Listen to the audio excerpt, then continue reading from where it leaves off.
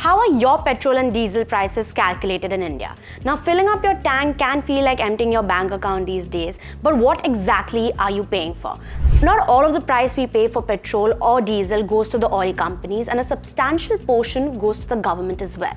Now, let's break down the price, but do keep in mind that everything is calculated per litre.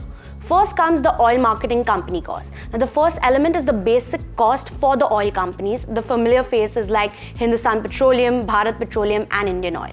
Now, this cost has three main elements. Up first is crude oil cost. Now, these guys, they need to buy crude, which is the key raw material for our fuel. Now, since India's own oil reserves are not enough, we import most of it. So, global oil prices play a huge role in how much the companies spend. Second is processing costs. Now, refining that crude into petrol and diesel isn't magic. It involves transportation costs, operating costs of refineries, and of course, a little bit of profit for the companies since they have to keep their businesses running too. And third is an inflation buffer, which is basically a safety net to account for rising costs. Now, when you add up all these costs, you arrive at the fuel price per litre after processing. This is the price at which the petrol and diesel are ready to be sent to the petrol pumps. Now, the next element is the central government tax. Now, this is where the central government steps in with an excise duty. Consider it as the duty as a toll booth for fuel. Now, the central government imposes a fixed rate excise duty of rupees 19.9 per litre for petrol and rupees 15.8 per litre for diesel across the country. And then comes the dealer commission. Now, the petrol pumps you see may have the oil company brand names, but they are not actually owned by these companies. They are owned and operated by retail outlet dealers. They're like franchisee owners, helping the oil companies expand their reach without managing every pump themselves. Now, to keep these dealers happy, the OMCs pay them a commission, a fixed amount per litre or a percentage of the total bill. Now, this can vary depending on the agreement and the location, and this usually ranges between 2 to 4 rupees per litre.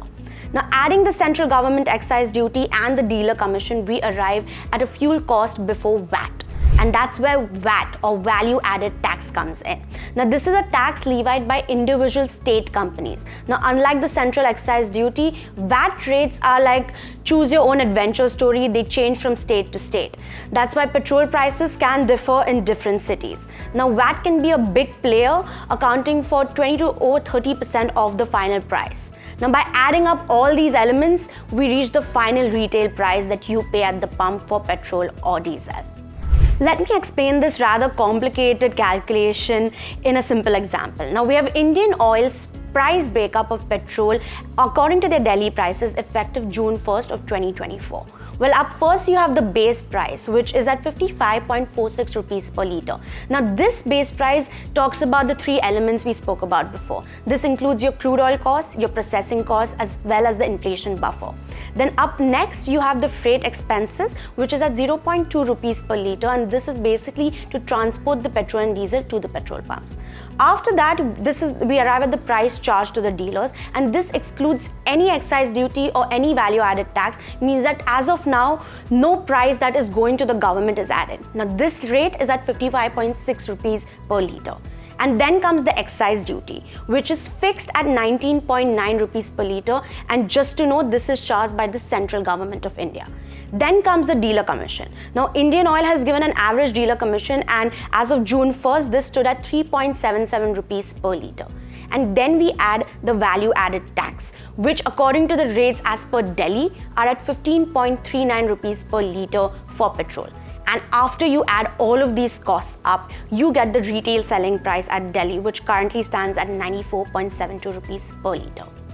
So what are your thoughts on how India prices its petrol and diesel? Let us know in the comments below, and do stay tuned to NDTV Profit for more such updates.